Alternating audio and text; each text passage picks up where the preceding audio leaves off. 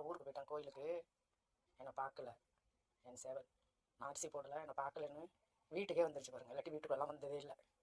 இதை பார்க்குறப்ப எனக்கு அழுக தான். நிஜமாவே வீட்டுக்குள்ள வந்ததில் பயப்படும். கொல்லை வாசலை தாண்டி வராது. அப்படி என்னை காணும்னாலும் தெரு பக்கம் தான் வரும்.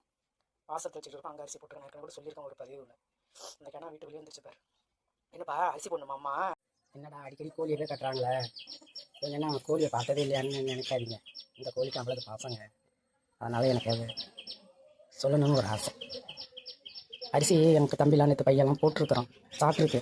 இருந்தாலும் என்ன இந்த நாளாக காணுமே, இல்லாட்டி கொல்லை பக்கம் தான் அதிகம் வேலை பார்த்துக்கிட்டே இருப்பேன். காணுமேனு வீட்டுக்குள்ளேயே வந்து பார்த்துட்டு இப்போ நான் அரிசியும் போடுறேன், அரிசி சாப்பிடல. என் பின்னாடியே வருது.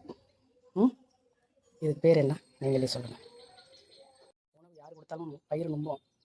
அதுக்கு தேவை உணவு தான். அதை எங்கள் பையன் போட்டானா யார் போட்டானா அரிசி போட்டால் சாப்பிட்டுட்டு இருக்க வேண்டியதானே. ஆனால் என்ன காரணம் தேடி வருது பாருங்கள். அதுக்கு பேர் என்ன சொல்லுங்கள்.